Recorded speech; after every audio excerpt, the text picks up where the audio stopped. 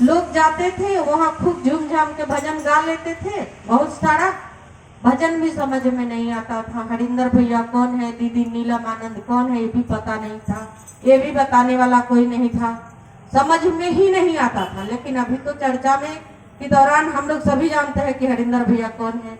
शिव को गुरु के रूप में धरती पर, इस धरातल पर उतारने वाले हमारे साहब श्री हरिंदर आनंद जी ही हैं। क्योंकि गुरु तो महादेव कोई नई बात नहीं है। गुरु इस धरती, आसमान, पाताल नहीं भी रहा होगा उस समय भी महादेव गुरु रहे होंगे। और ये सब जब तक संसार रहेगा नहीं रहेगा तभी भी वो गुरु का काम करेंगे। लेकिन इस बात को बताने वाला श्री हरिंद्रानंद जी साहब जी थे, जिन्होंने बताया कि शिव गुरु है, वो मेरे गुरु है, वो आपके भी हो सकते हैं। यह मेरा शब्द में बहुत बड़ा ताकत है। जब बच्चा पैदा लेता है वो अनजान होता है कि मेरा माँ कौन है, मेरा पिताजी कौन है, मेरा दादा दादी कौन है। कोई रिश्ता नाता से उसको कोई मतलब नहीं होता है, वह नहीं जानता है। लेकिन हम लोग बार बार उसे समझाते हैं, देखो तेरी मम्मी आ गई, देखो तेरे पापा आ गए, दादी है। तो बच्चा का मन सुनते सुनते सुनते एक दिन मान जाता है कि ये दादी है, ये नानी है, ये मम्मी है। मानता है कि नहीं? इसीलिए साहब श्री ने ये 3 विधा दिया। और पहला विधा में बोला गया कि दया मांगो, दया की याचना करो। अब कैसे दया मांगना है? मांगना है, हे शिव आप मेरे गुरु हैं, मैं आपकी शिष्या हूँ। यह बार बार अगर हम रिपीट करेंगे, दोहराएंगे, मेरा मन एक दिन मान जाएगा कि हे शिव आप मेरे हैं और मैं आपकी हूँ। जब आप मेरे हैं कहना नहीं पड़ेगा कि मैं आपकी हूँ, उस पीछे से उनका हो ही जाएंगे। दूसरा विधा, जब आप चर्चा से जुड़े, महादेव को पूजा तो करते थे लेकिन किसी को बताते नहीं होंगे। बहुत कोई बताता है, बहुत कोई नहीं भी बताता, अरे हम अपना कर रहे हैं, तू अपना कर रहा है। लेकिन शिव चर्चा ऐसा चीज है कि बताना पड़ेगा कि शिव मेरे गुरु हैं, वो आपके भी हो सकते हैं।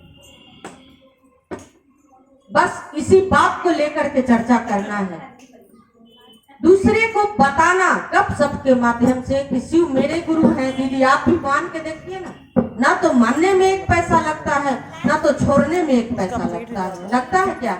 नहीं लगता ना। नाम केवल दीजिए, घोषणा हो जाएगी और अज्ञानता बस भी आप गुरु बना लिए ना। तो जिस तरह दूध में मलाई छुपा हुआ है, उसी तरह हमारे महादेव इस पत्थर के मूर्ति में, इस शिवलिंग में छुपा हुआ है। केवल हम सबों को मंथन करने की आवश्यकता है। मलाई को मथते हैं तो घी बनता है ना। घी दिखाई तो देता नहीं, मलाई दिखाई देता नहीं, बहुत प्रोसेस करना पड़ता है। इसलिए साहब श्री ने ये 3 विधा, ये प्रोसेस दिया है हमारे आपके जीवन में उतारने के लिए। ये 3 विधा जब हम अपनाएंगे, उतारेंगे अपने जीवन में, तो वह दूध से मलाई बनेगा, मलाई से घी बनेगा। ये 3 सीढ़ियां हैं। आप 3 सीढ़ियां पकड़ के कितना ऊंचा चढ़ सकते हैं, यह महादेव से दया मांगने की जरूरत है। इसके लिए सब पर भगवान दया नहीं करते हैं। आज हम सभी पर दया हुई है, तब तो इतना अच्छा भीड़ जमा है। तो और तीसरा विधा है, जब गुरु बनाए हैं, भगवान को पूजा करते, हाथ जोड़ते ही हैं, ये हमारे गुरु स्वरूप है, ये गुरु है, इनको तो प्रणाम करना ही चाहिए। और प्रणाम करने के लिए इन्हीं का जो मंत्र है, नमः और शिवाय, नमः शिवाय, केवल मन में एक सोच पैदा करिए कि जो सांसें मेरे भीतर जा रही है, सांस आ रही है जा रही है ना, उसके लिए सोचना तो नहीं पड़ता। कोई भी काम कर रहे हैं, सांसें चल रही है, अपना काम वो कर रहा है, तो उसी पर चढ़ा लीजिए कि सांस अंदर गई, नमः गई, बाहर निकली शिवाय, अंदर गई वो नमः, बाहर निकली शिवाय।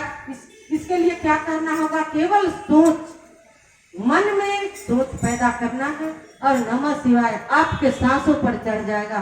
कोई माला की गिनती करने की जरूरत नहीं है और नमः शिवाय आपका चलते रहेगा। एक नमः शिवाय अगर हमारे महादेव के चरणों तक पहुंच जाए तो फिर क्या कहना है, जीवन धन्य हो जाएगा। इन्हीं वाणी के साथ मैं अपनी वाणी को महादेव के चरणों में अर्पित करती हूँ।